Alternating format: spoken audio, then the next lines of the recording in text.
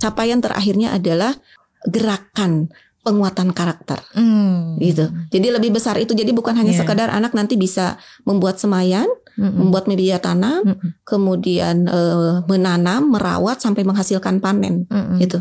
Sampai menghasilkan produk bahkan dari hasil panen itu kan bukan hanya dikonsumsi secara langsung atau dilakukan praktek jual beli ya sekaligus dengan literasi finansialnya, tetapi lebih dari itu, gitu. Sekalian juga itu mungkin menanamkan si anak-anak ini untuk menghargai proses ya Bu ya. Betul. Jadi nggak semua anak-anak bisa instan.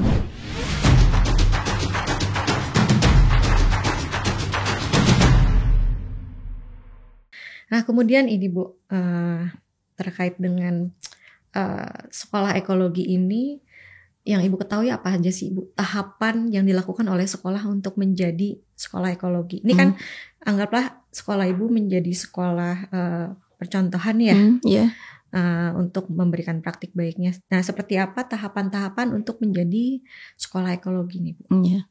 Sebetulnya tahapannya makanya saya tidak bicara bahwa ini adalah keberhasilan dari sekolah saja, karena di awalnya pun pemerintah daerah itu Pak Dedi itu awalnya yang menyiapkan sekolah itu dengan lingkungan yang ramah ya. Jadi sekolahnya dengan ekosistem yang memang bagus untuk belajar di alam gitu ya. Di situ udah tersedia bukan hanya kebun tapi ada sawah, kemudian ada kolam, ada sungainya, kemudian dibangunlah sekolahnya pun bangunannya yang berbentuk joglo tanpa kaca. Diupayakan anak-anak itu belajar bersatu dengan alam. Jadi bukan hanya bersatu di alam itu ketika belajar di lingkungan terbuka saja, tetapi di kelas pun mereka merasakan semilir angin, udara segarnya gitu. Jadi proses tahapannya memang sudah diawali oleh Pak Dedi ya sebagai penggagas, kemudian oleh Pak Kadis juga direspon baik sampai kita ada proses, ada peng-SK-an gitu ya, legalitas bahwa ini dinyatakan sebagai sekolah ekologi gitu. Nah, untuk sekolah itu sendiri ya menyiapkan, menata lingkungannya supaya memang representatif untuk menjadi sebuah sekolah ekologi. Kemudian bukan hanya dari sarana lingkungan sekolahnya saja, tapi penyiapan sumber daya. Ya, diantaranya guru-gurunya juga kan mendapatkan bimbingan, mendapatkan pelatihan. Ya, kami sekolah ekologi ini memiliki pembimbing sekolah ekologi namanya Bapak Irfan Efrijal SIP. Ya, beliau yang membantu ya rekan kerja saya dan semua warga sekolah ini untuk memahami betul, karena latar belakangnya kan sama dengan guru-guru yang lain, dengan sekolah yang lain. Tidak ada yang ini mah khusus gitu ya, gurunya itu memang dia punya pengalaman background pendidikannya di bidang itu gitu, enggak ada, semuanya sama. Semua gitu. sama ya. Iya, makanya disiapkanlah ada pembimbingan khusus, ada dilakukan in-house training gitu, ada BIMTEK ya, dibimbing oleh pembimbing sekolah ekologi gitu. Bisa menjadi sekolah ekologi itu bukan hanya kerja dari satuan pendidikan saja, bukan hanya kepala sekolah dan guru, tetapi memang ada kontribusi dari dinas pendidikan yang memberikan bantuan, baik itu berupa pelatihannya ataupun yang lainnya itu. Kami diberikan dukungan seperti itu gitu. Luar biasa ya Bu ya. Alhamdulillah. Betul harus kerja sama dengan berbagai pihak ya Bu. Di luar tadi itu Ibu sempat menceritakan kendala di lingkungan sekolah itu ada pasar ya Bu ya. Iya. Nah itu gimana Bu? Kendalanya itu kan pada awal Ibu di situ Roma. Betul. Nah itu gimana Bu? Jadi kayak semacam kontradiktif di mana sekolah Ibu sekolah ekologi ya, supaya udaranya bagus, sehat gitu. Di satu sisi di situ juga ada pasar yang alhamdulillahnya Pak RW itu adalah guru di sekolah saya gitu. Oh begitu. Ya kerjasama Pak Agung untuk bisa menertibkan lagi itu sampah dari masyarakat dari pasar itu gitu ya, diupayakan untuk tidak buangnya sampahnya itu, karena memang posisi sekolah kita di sini itu lebih tinggi ya, pasar, kemudian kita ke bawah gitu, langsung di sini juga ada sungai gitu. Nah Ya memang pas awal juga ini kok bau apa ya? Itu di situ banyak tumpukan sampah karena yang dari pasar gitu. Nah, kemudian memang berlanjut ya. Ini juga diinisiasi juga dengan pemerintah ya. Ada kerjasama untuk membuat P3SR itu ya. Jadi untuk pengolahan sampah. Jadi sampah yang di lingkungan perumahan itu mulai diolah gitu. Nah, kita kerjasamanya anak-anak bisa menjadikan itu laboratorium belajar juga. Meskipun di sekolah juga sudah punya program kan. Jadi untuk tanaman yang ada di lingkungan sekolah itu harus menggunakan nutrisi alami. Tidak ada yang mengandung zat kimia. Karena kalau kita sudah menggunakan zat kimia, kita menyakiti alam, menyakiti tanah, menyakiti air, menyakiti udara gitu. Kita menzalimi mereka. Maka sampah itu anak-anak kita mulai belajar dari keluarga, sampah dari lingkungan keluarganya itu mulai pemilahan. Tapi bukan sampai di pemilahan saja. Sama ya untuk yang di P3SR juga kayak yang di lingkungan pasar juga itu kita sampai ke pengolahannya. Bukan pemilahan. Anak-anak yang sudah mulai tahu mana sampah organik dan anorganik gitu. Sampah yang organik berarti nanti anak-anak sudah mulai di rumahnya itu ditugaskan untuk memiliki tong komposter. Karena di sekolah pun di setiap kelas harus ada tong komposter. Selain ada banana circle juga. Nah, apa itu, Bu? Nah, banana circle itu lahan yang digali bagian tengahnya, kemudian di sekitarnya itu ditanami pohon-pohon pisang gitu. Jadi sampah yang berlebih, yang sampah-sampah organik yang berlebih di tong komposter itu juga dibuangnya di banana circle ya. Nah, mengolahnya alam sendiri. Untuk menjadi kompos itu kan memang dia perlu bakteri dan kelembaban. Nah, pohon pisang itu kan memiliki itu gitu. Jadi kita tidak perlu bekerja keras, buang sampah ke situ, cuma ada kalanya kita dibalik aja gitu. Nanti kita tinggal memanen hasil, gitu. Kemudian yang dari tong komposter kita menghasilkan 2 macam, ya. Jadi ada yang air lindinya, ada yang kompos keringnya. Tong komposter juga ada yang portable, ada yang tanam. Oh begitu. Yang ditanam itu yang biasanya memang kita menyimpannya itu di tempat tumbuhan yang supaya jadi ketika air lindinya itu langsung menyirami ke tanaman. Masuk lagi ke tanaman. Iya. Jadi langsung menutrisi tumbuhan yang di sekitarnya. Nah, kita tinggal mengambil sampah kering, kompos kering. Gitu. Nah, kalau yang di portable itu yang bisa dibawa kemana-mana gitu kan, bisa dipindahin tempatnya pun gitu. Terus dari pengolahan sampah itu, yang tadi di lingkungan juga seperti itu gitu ya. Di sekolah pun kita sampai menghasilkan produk itu tadi ada POC, ada PSB. Itu apa, Bu? Coba dijelasin, Bu, POC. Kalau POC itu pupuk organik cair. Ya. Itu ada campurannya dari kotoran hewan ya, kemudian dicampur dengan sampah organik. Nah, tetap kita sampah itu jadi jangan menjadi sampah. Karena Tuhan kan Allah itu tidak menciptakan sampah. Yang menciptakan sampah itu manusia ya, Bu, kan? Daun-daun kering yang berjatuhan itu bukan sampah. Tapi sisa organik yang mati turun ke bawah itu anak-anak bisa. Jadi di sana di sekolah kami itu tidak dibakar.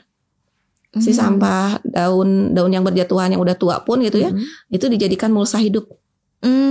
Jadikan mulsa hidup gitu. Nah, kalau yang sampah-sampah yang organik itu juga ya itu udah langsung kita manfaatkan untuk jadikan tadi POC gitu ya, yang organik itu jadikan POC. Kemudian ada lagi biokompon. Nah, kalau POC kalau biokompon dalam 1 hari kita sudah bisa panen. Gitu. Kalau biokompon itu kan dari kotoran sapi, kemudian gedebok pisang, ya, kemudian ada garam krosok gitu ya. Garam krosok yang garam yang besar itu, yang besar ya kasar, itu yang kayak gitu. Kemudian ada jenis tumbuhan apa namanya ya, itu dicampur itu dalam 1 hari itu kita sudah bisa panen. Ada lagi ekoenzim. Kalau ekoenzim itu kita butuh 90 hari. Ada panennya. Proses dulu ya. Iya, tapi itu yang benar-benar seneng lah gitu ketika panen itu kan, ketika menunggu 90 hari 3 bulan gitu. Anak-anak ayo kita kan membuatnya bareng-bareng kan gitu. Ekoenzimnya kita buka. Oh, wangi kan. Bahagia gitu. Oh, berhasil gitu kan. Karena ada juga yang tidak berhasil gitu. Ada yang tidak berhasil karena kalau untuk ekoenzim itu butuh benar-benar ketika prosesnya pun sterilnya, segalanya gitu ya, diperhatikan betul gitu. Takarannya gitu, perbandingan dari si sampah organiknya, buahnya, kemudian dari ditimbang itu harus persis sama gitu. Kemudian campuran airnya, kemudian campuran molasenya itu harus tepat gitu. Jadi ketika berhasil itu kan ada kebahagiaannya bukan hanya sendiri semua gitu. Karena ekoenzim kan fungsinya banyak sekali ya. Makanya disebut setetes air dari surga itu karena fungsinya beragam, bermacam. Jadi itu dari pengolahan sampah itu kita mulai anak-anak bijak terhadap sampah gitu. Ya dihasilkannya oleh dia. Maka tanggung jawab dong gitu. Jadi jangan jadi perusak bumi gitu. Jangan jadi perusak bumi, tetapi ayo kita manfaatkan lagi sampai akhirnya dia bisa menumbuhkan lagi kan tumbuhan lain, menyuburkan lagi tumbuhan lain dari itu. PSB juga sama, memanfaatkan air kolam yang tadinya buat apa gitu ya. Ternyata air kolam bisa dibuat juga pupuk ya, dibuat nutrisi alami, dicampur dengan penyedap rasa, kemudian dicampur dengan sendok. Itu juga ada takarannya. Makanya semua kegiatan proses pembuatan produk itu semua materi pelajaran itu semua masuk ya Bu. Karena itu tadi kan ada belajar tentang satuan ukuran, ya kan, perbandingan skala. Betul. Yang biasanya kita belajar skala itu hanya belajar tentang di peta, ya, membuat peta gitu kan ya, atau membaca peta. Kalau sekarang dengan proses di situ aja di alam membuat nutrisi, membuat produk, itu mereka sudah belajar. Tidak hanya di atas kertas tapi langsung praktek, jadi dirasakan hasilnya ya. Mengukur ketika itu untuk ekoenzim kan ukuran timbangannya harus persis ya. Jadi mereka belajar tentang ukuran baku, tentang ukuran tidak baku gitu.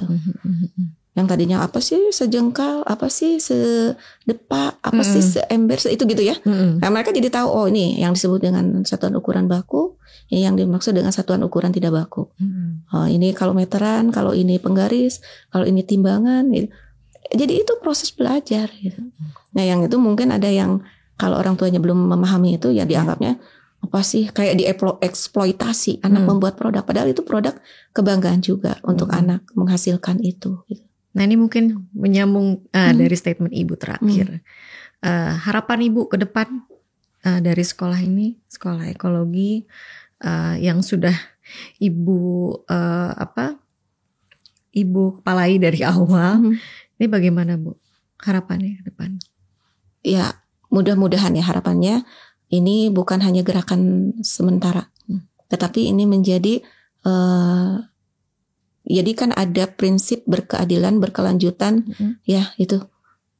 Jadi berkelanjutannya itu yang harus diupayakan sekolah ekologi ini terus. Bahkan mungkin jadi menyebar ke semua lingkungan sekolah yang lain. Jadi ada sekolah-sekolah juga yang memang sama ininya dengan sekolah ekologi gitu. Jadi jangan sampai malahan sekarang lah giat gitu. Kesananya berhenti. Melempem gitu. Jadi harapannya seperti itu. Jadi semua bisa bersinergi, warga sekolah, kemudian yaitu trisentra pendidikannya harus jalan ya. Keluarga, sekolah dan lingkungan masyarakat gitu. Ada kebanggaan tersendiri ketika kemarin pun penerimaan peserta didik. Ini saya sambungkan ke situ ya karena ini juga jadi salah satu ini ya menjadi daya tarik juga. Ketika saya sajikan ini produk-produk yang dihasilkan oleh anak-anak dari kelas 1 sampai kelas 6. Bukan hanya produk yang tadi pupuk saja gitu ya. Tetapi yang anorganiknya tadi ada yang menghasilkan sopa. Oh iya. Makanya sengaja tuh ketika rapat orang tua peserta didik baru itu saya padang sengaja. Ini hasil anak-anak gitu. Sampai membuat sofa ya Bu. Coba ada kebanggaan gak? Kalau anak-anak setelah sekolah itu bisa menghasilkan seperti ini. Kemudian ada minuman-minuman sehat. Minuman herbal. Ada kefir, ada kombucha, ada jahe merah, kunyit asam gitu ya. Kemudian ada yang dia temukan sendiri, ya membuat sendiri. Panganan-panganan yang dari satu pohon itu menghasilkan semua bagian tubuh dari pohon itu bisa diolah menjadi minuman, menjadi makanan ringan, menjadi makanan berat, bahkan menjadi daging ya tadi gepuk ya, yang padahal itu asalnya bonggol pisang gitu. Kemudian bahkan sampo sampai dihasilkan. membuat sampo Iya. juga. Kelas 5 itu kan ada bedengannya itu lidah buaya. Nah, lidah buayanya diolah menjadi sampo. Iya, sampai samponya itu ya dikemas ya dengan packaging yang bagus gitu. Diberi nama dengan cakep lah gitu. Jadi ada kebanggaan tuh, lihat anak kelas 5 sudah buat ini. Ini udah bisa membuat pasta, ini membuat sirup, membuat manisan, membuat segala macam gitu. Temuan-temuan dari itu. Bahkan obat herbal gitu.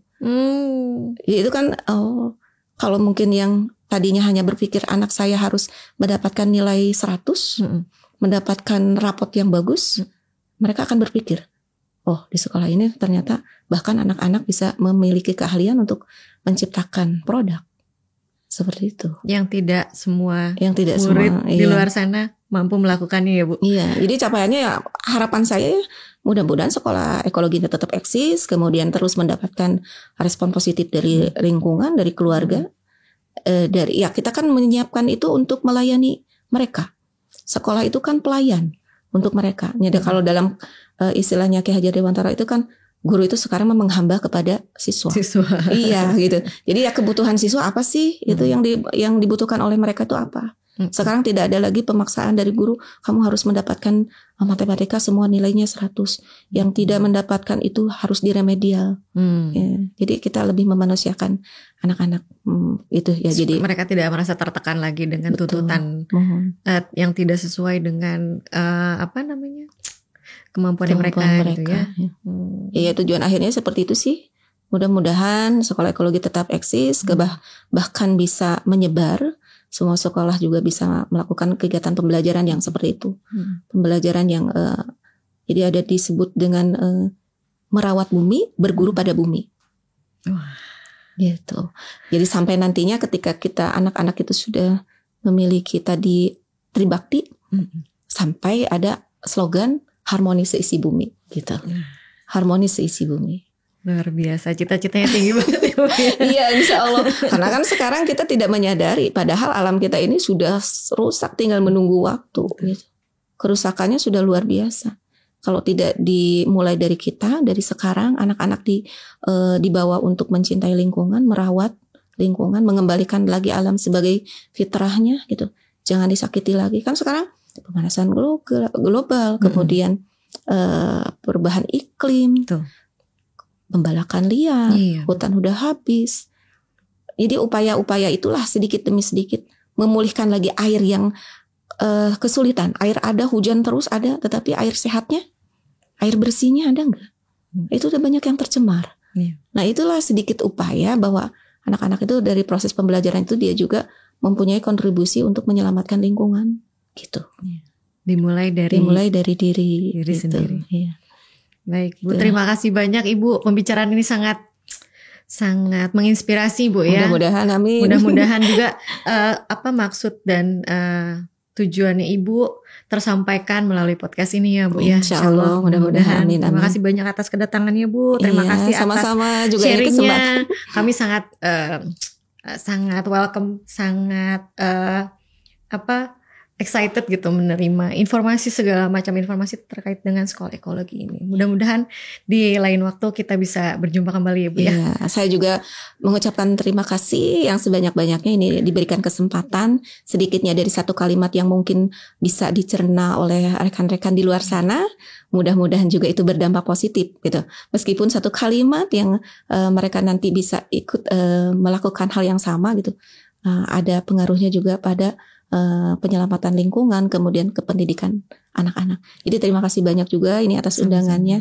Mudah-mudahan ini bisa berfungsi untuk semuanya, berguna untuk semuanya. Semoga. Terima kasih banyak Ibu atas waktunya. Sama-sama. Baik, Sobat Belajar, cukup sampai di sini perbincangan kita pada hari ini. Ikuti terus dan jangan sampai ketinggalan episode podcast lainnya karena banyak sekali perbincangan seru dan info menarik yang bisa kalian dapatkan. Jangan lupa like, komen, dan subscribe channel YouTube kami di Ditjen PAUD Dikdasmen. Saya Mila Meliwati undur diri, salam sehat, selamat beraktivitas, dan salam berani belajar berubah. Sampai jumpa. Harmoni seisi bumi.